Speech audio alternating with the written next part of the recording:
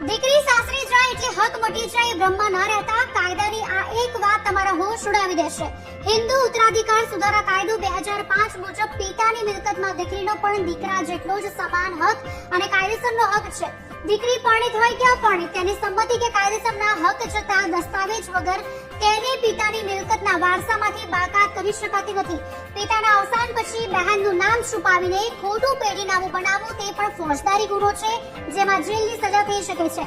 કાયદેસર વારસાઈ માટે તમામ બહેનોના નામ ફરજિયાત ચડાવવા પડે અને જો બહેન સ્વેચ્છાએ હક જતો કરવા માંગે તો સબ રજિસ્ટ્રાર કચેરીમાં રજિસ્ટર્ડ હક ત્યાગ દસ્તાવેજ કરાવવો જ એકમાત્ર સાચો રસ્તો છે.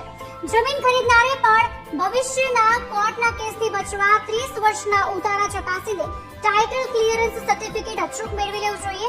જો કોઈએ ખોટી સહી કરીને બહેનનો હક કાપ્યો તો ડેપ્યુટી કલેક્ટર મહેસૂલ અપીલમાં જઈને ખોટી નોંધ રદ કરાવી શકાય છે. આ વિડીયોને બને એટલું શેર કરો જેથી આ માહિતી બીજા સુધી પણ પહોંચે.